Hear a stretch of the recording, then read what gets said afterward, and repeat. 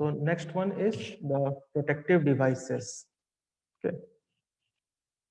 So here the purpose of this protective device, the introduction of the protective device is basically related with the electrical wiring system.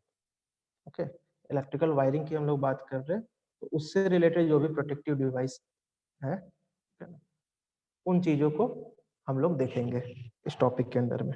ठीक है, तो basically first of all आप लोग बताइए कि protective device की जरूरत क्यों है हमें, और किस तरह के प्रोटेक्टिव डिवाइस का हम लोग यूज करते हैं नॉर्मली, अगर हम लोग इलेक्ट्रिक वायरिंग की बात करें तो वहां पर कोई बताइए। सर फ्यूज का यूज करते हैं फ्यूज ताकि का यूज करते एक्सपेंसिव इक्विपमेंट्स खराब ना हो जाए। हैं, ठीक है, और सेफ्टी के लिए यूज करते हैं। सेफ्टी के लिए यूज करते हैं। किस तरह का सेफ्टी, किसके सेफ्टी के लिए?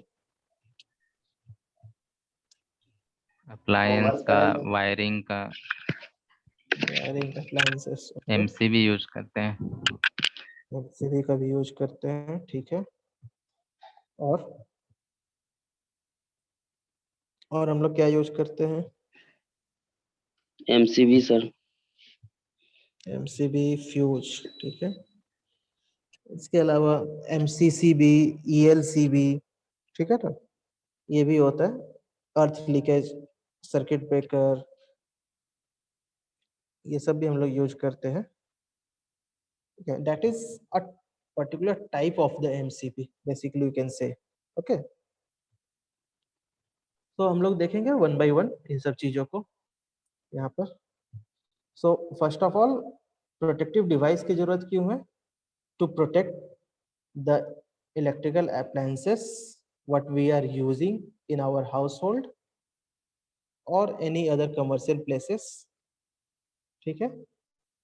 उस इलेक्ट्रिकल अप्लायंसेस को हम लोगों को यूज करना है since we are supplying electricity to that particular appliances through the electrical wiring, ठीक है। जो भी इलेक्ट्रिकल वायरिंग किया हुआ है उसके थ्रू हम लोग सप्लाई कर रहे हैं। तो अगर कहीं फॉल्ट होता है हमारे वायरिंग सिस्टम में तो उसका इफेक्ट हमारे अप्लायंसेस पर ना पड़े, ठीक है। इसलिए इस प्रोटेक्शन की जरूरत है प्रोटेक्टिव डिवाइसेस को इंस्टॉल करने के लिए।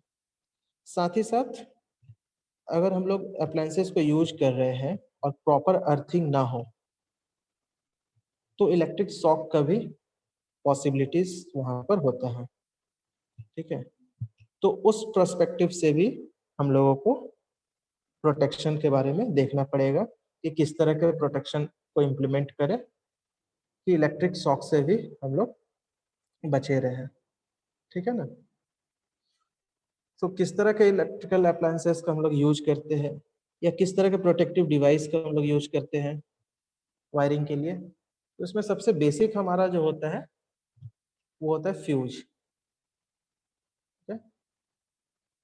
Apart from the fuse, we are also using MCB, miniature circuit breaker, okay, MCCB, ELCB, and the combination of some relays and the circuit breaker of a small current rating, ठीक है, वो भी हम लोग use करते हैं।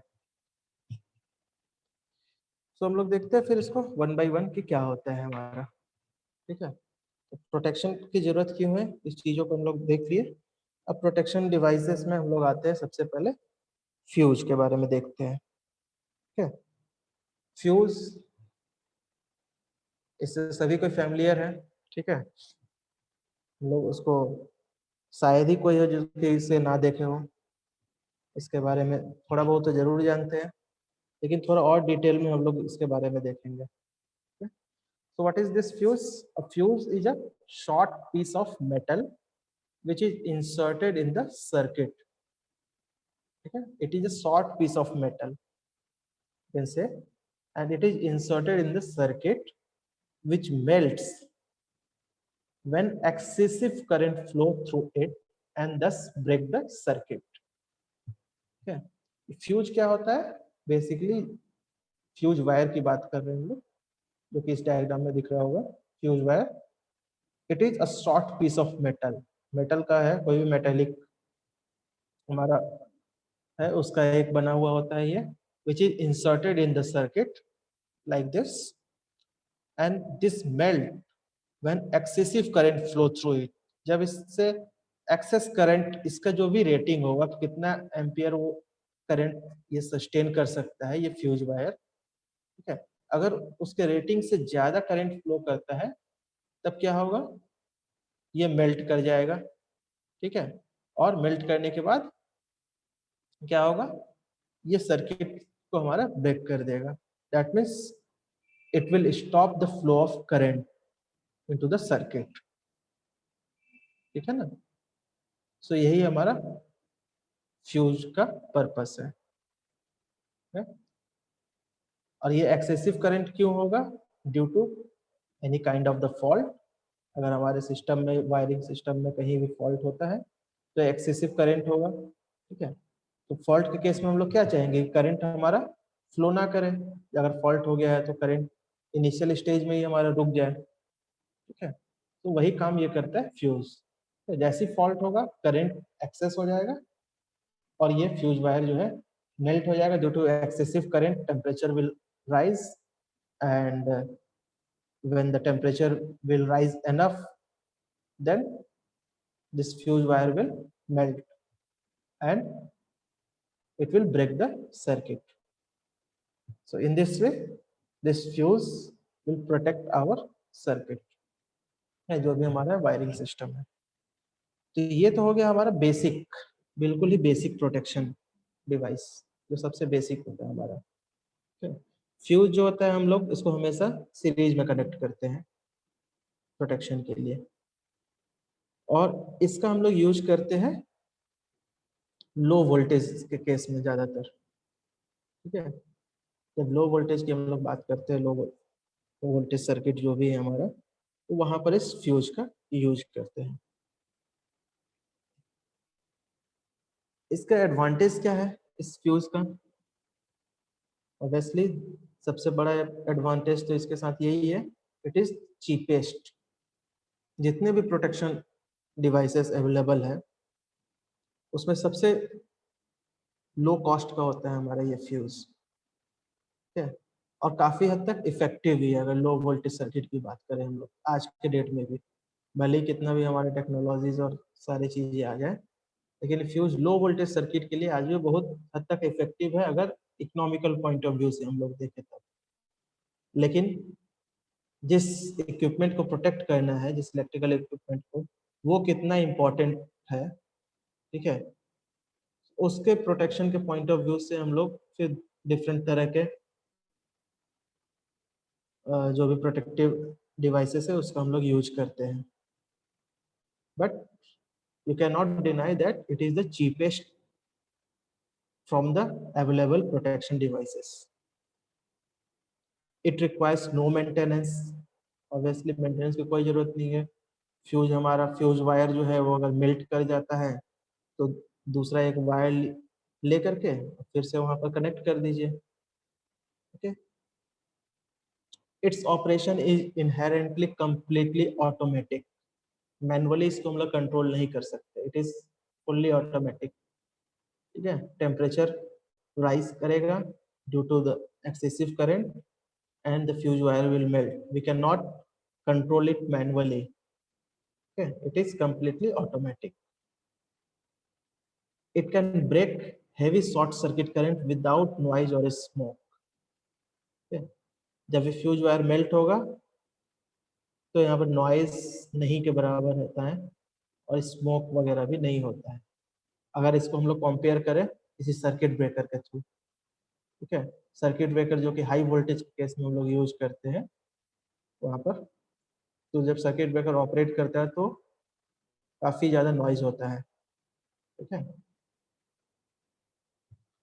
the smaller size of the fuse element, it imposes a current limiting effect under the short circuit condition. Okay? Smaller size of the fuse element impose a current limiting effect.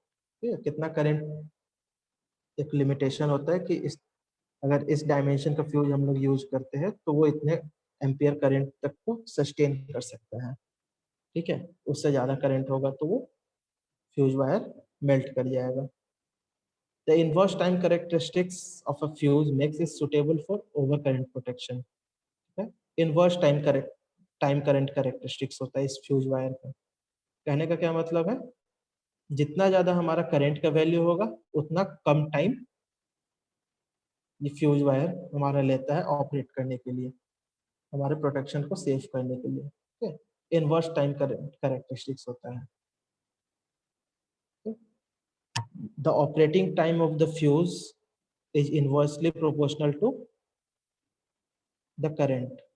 Current जितना ज्यादा होगा time उतना ही कम होगा, inversely proportional होगा। The minimum time of operation can be made such shorter than with the circuit breaker. ठीक है, सो ये सारे एडवांटेजेस हैं फ्यूज के साथ। Obviously there are certain disadvantages. What are the disadvantages? Considerable time is lost in rewiring or replacing a fuse after the operation. जब एक बार fuse हमारा ऑपरेट कर जाता है, फ्यूज वायर मेल्ट कर गया, so we need some time to reinstall the fuse wire. Okay, so the connection will be disconnected for that particular time. ठीक है, इसका ऑपरेशन जो है वो ऑटोमेटिक है, लेकिन ऑटोमेटिकली ये रीस्टोर नहीं करता है। जबकि ये चीज सर्किट ब्रेकर में होता है कि ये ऑपरेट कर गया अगर सर्किट ब्रेकर किसी फॉल्ट के कारण, तो वो ऑटोमेटिकली फिर से ऑन भी हो जाता है जब हमारा फॉल्ट क्लियर हो जाता है तब। जबकि ये फीचर्स यहाँ फ्यूज वायर के साथ, फ्यूज के साथ नहीं होता है। सो ये एक डिसएडवांटेज है। On heavy short circuit, discrimination between the fuse in series cannot be obtained unless there is sufficient difference in the size of the fuse concerned. And the time current characteristics of a fuse cannot always be correlated with that of the protected apparatus. So कुछ disadvantages भी है, but mostly इसके साथ advantages है अगर हम लोग low voltage circuit की बात करें तो। And there are certain the characteristics of the fuse element. जो fuse wire होता है उसका कुछ characteristics होता है। Characteristics क्या होते हैं? Low melting point. इसका melting point लो होना चाहिए। ठीक है, ऐसा नहीं हो कि इतना हाई मेल्टिंग पॉइंट वाला हम लोग कोई मेटल का यूज कर ले कि करंट अगर ज्यादा भी हो जा रहा है तो वो मेल्ट ही नहीं कर रहा है, तो पता चलेगा कि फ्यूज किसी काम का नहीं रहा, फ्यूज मेल्ट नहीं हुआ और फॉल्ट करंट जो है उस पूरे वायरिंग के थ्रू हमारे इलेक्ट्रिकल अप्लायंसेस तक पहुंच गया। ठीक है, सो लो मेल्टिंग पॉइंट का फ्यूज वायर होना चाहिए। Second one is high conductivity. Conductivity high होना चाहिए, अदरवाइज क्या होगा, लो कंडक्टिविटी होगा तो इस फ्यूज वायर के थ्रू करंट स्मूथली पास नहीं करेगा, लॉसेस हमारे यहीं पर होगा। उस लॉसेस के कारण ये फ्यूज वायर हीट भी होगा और वो विदाउट फॉल्ट, बिना किसी फॉल्ट के उस हीट के कारण फ्यूज वायर मेल्ट कर सकता है। तो इस तरह का भी मटेरियल को हम लोग को यूज नहीं करना चाहिए कि उसका कंडक्टिविटी कम हो। Then free from deterioration due to oxidation. Oxidation के कारण इसका डेटोरेशन नहीं होता है, and obviously the low cost. ठीक है,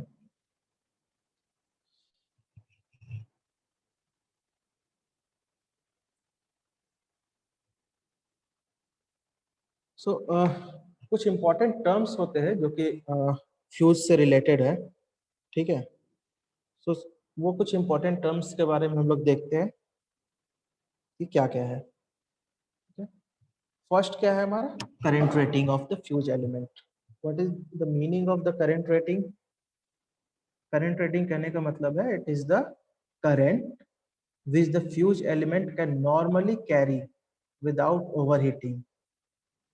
बिना ओवरहीट हुए फ्यूज वायर के थ्रू कितना करंट फ्लो कर सकता है अंडर द नॉर्मल कंडीशन, कितना उस फ्यूज वायर के थ्रू करंट फ्लो करेगा और वो हीट भी नहीं होगा, मेल्ट भी नहीं होगा। ठीक है, अगर सपोज उससे 5 एम्पियर करंट फ्लो कर सकता है किसी फ्यूज वायर के थ्रू, उससे ज़्यादा करंट फ्लो करेंगे तो उसका टेम्परेचर बढ़ जाएगा, ओवर हीट हो जाएगा, मेल्ट कर जाएगा। ठीक है, 5 एम्पियर तक is capable, so the current rating of the fuse element is 5 ampere. That's it, यही कहने का मतलब है current rating of the fuse element. Second one is fusing current. Fusing current, it is the minimum current at which the fuse element melts. Minimum current क्या होगा? At which the fuse element melts and thus disconnect the circuit protected by it. Okay. और इसका जो value होगा that is slightly higher than the current rating of the fuse element. 5 ampere per वो melt नहीं कर रहा है, ठीक है, बट 5 एम्पियर से थोड़ा सा जैसे एक्सीड अगर करते हैं, सपोज 5.5 एम्पियर या 5.7, 5.9 एम्पियर, जितने भी वैल्यू पर वो मेल्ट करना स्टार्ट करेगा हमारा। ठीक है, अब उसका टेम्परेचर धीरे धीरे इंक्रीज कर रहा है। अगर उसी 5.8 एम्पियर पर अगर हम लोग करंट फ्लो कर रहे हैं कुछ देर के लिए, तो उसका टेम्परेचर इंक्रीज होना स्टार्ट हो जाएगा। So that current value will be called as the fusing current, जब फ्यूजन स्टार्ट हो रहा है। ठीक है, it is slightly higher than the current rating of the fuse element. Then third one is the fusing factor. Fusing factor, it is the ratio of the minimum fusing current to the current rating of the fuse element. That means अगर 5.8 ampere is the fusing current and 5 ampere is the current rating, so fusing factor is 5.8 divided by 5. Okay, so it is always more than 1.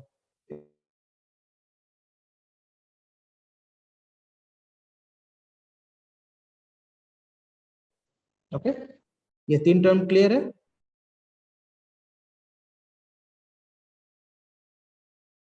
Is it clear to all of you, these 3 terms? Yes, sir. Yes, sir. Okay. Next, ये 4 terms है which is related with the characteristics of the fuse. क्या क्या है? Current off, cut off current. Cut off current क्या है? It is the maximum value of the fault current actually reached before the fuse melts. Fuse जब हमारा melt कर रहा है, ये कैरेक्टरिस्टिक दिखाएगा करंट टाइम करंट कैरेक्टरिस्टिक्स। ठीक है, जब हमारा फ्यूज मेल्ट करता है, ठीक है, मेल्ट करना स्टार्ट कर रहा है just before, it is the maximum value of the fault current. Fault current हमारा देखो धीरे धीरे इंक्रीज कर रहा है करंट का वैल्यू, और इस पॉइंट पर जैसे ही आया करंट का वैल्यू, उसके बाद फ्यूज हमारा मेल्ट करना स्टार्ट कर रहा है। So this is called the cut off current. ठीक है, उसके बाद हमारा pre arcing time. It is the time between the commencement of the fault and the instant when cutoff occurs. This is the pre-arcing time, ये जो यहाँ पर दिख रहा है।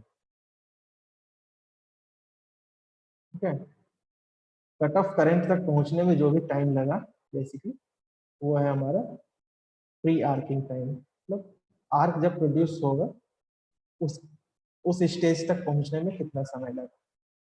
Then third one is arcing time. Arcing time क्या है? जब आर्क हमारा यहाँ पर प्रोड्यूस होना स्टार्ट हुआ और यहाँ पर आकर के करंट जीरो पोजीशन, ठीक है, जब आर्क हमारा खत्म हो गया, तो ये जो पीरियड रहा ये हमारा आर्किंग टाइम, जब आर्क स्टार्ट हुआ और जब एंड हो गया। ठीक है, तो this is arcing time and the total operating time. Total operating time is the sum of pre-arcing time and arcing time. Okay, is the total operating time. Okay. simple.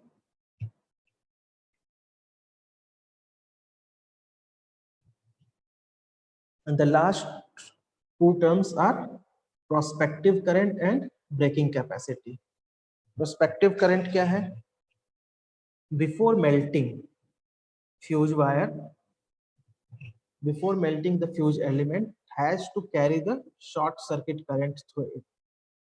ठीक है, ऐसा नहीं है कि करंट हमारा 6 एम्पियर सपोज पहुंच गया और उसका 5 एम्पियर ही रेटिंग है, 6 एम्पियर जैसे ही पहुंचा उसी फ्रैक्शन ऑफ सेकेंड में वो मेल्ट करना स्टार्ट करता है. It takes some time. Okay, either it may be less than 1 second or more than 1 second, whatever, depends upon how much is the value of the current, but obviously it takes certain time to start melting. Okay, so जब भी वो current high हुआ either जो short circuit और any other reason, तो कुछ देर के लिए वो फ्यूज एलिमेंट्स से वो करंट पास करता है. So how much current it is able to carry and for how much time. Okay, ये डिसाइड करता है हमारा प्रोस्पेक्टिव करंट और ये ब्रेकिंग कैपेसिटी. ठीक है, तो यही कह रहा है कि हमारा before melting the fuse element has to carry the short circuit current through it. So the prospective current is defined as the value of current which would flow through the fuse immediately after a short circuit occurs in the network. ठीक है, जैसे short circuit होता है तो कितना current जो है वो फ्लो कर रहा है हमारा इस फ्यूज से. ठीक है, so prospective and breaking, the breaking capacity of a fuse is the maximum available current at the rated voltage that the device can safely open without physically fracturing. Maximum कितना current rated voltage पर flow कर सकता है वो हमारा decide कर रहा है ब्रेकिंग कैपेसिटी, कितना कैपेसिटी है उस फ्यूज का. ठीक है, इतना करंट का वैल्यू तक वो सस्टेन कर सकता है फ्यूज हमारा एट रेटेड वोल्टेज. ये पॉइंट हमारा इंपॉर्टेंट है. एट रेटेड वोल्टेज हम लोग इसको डिफाइन करते हैं इस breaking capacity.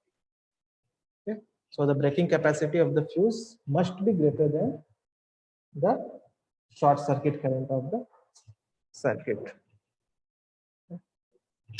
So these are the terms which are related with the fuse. So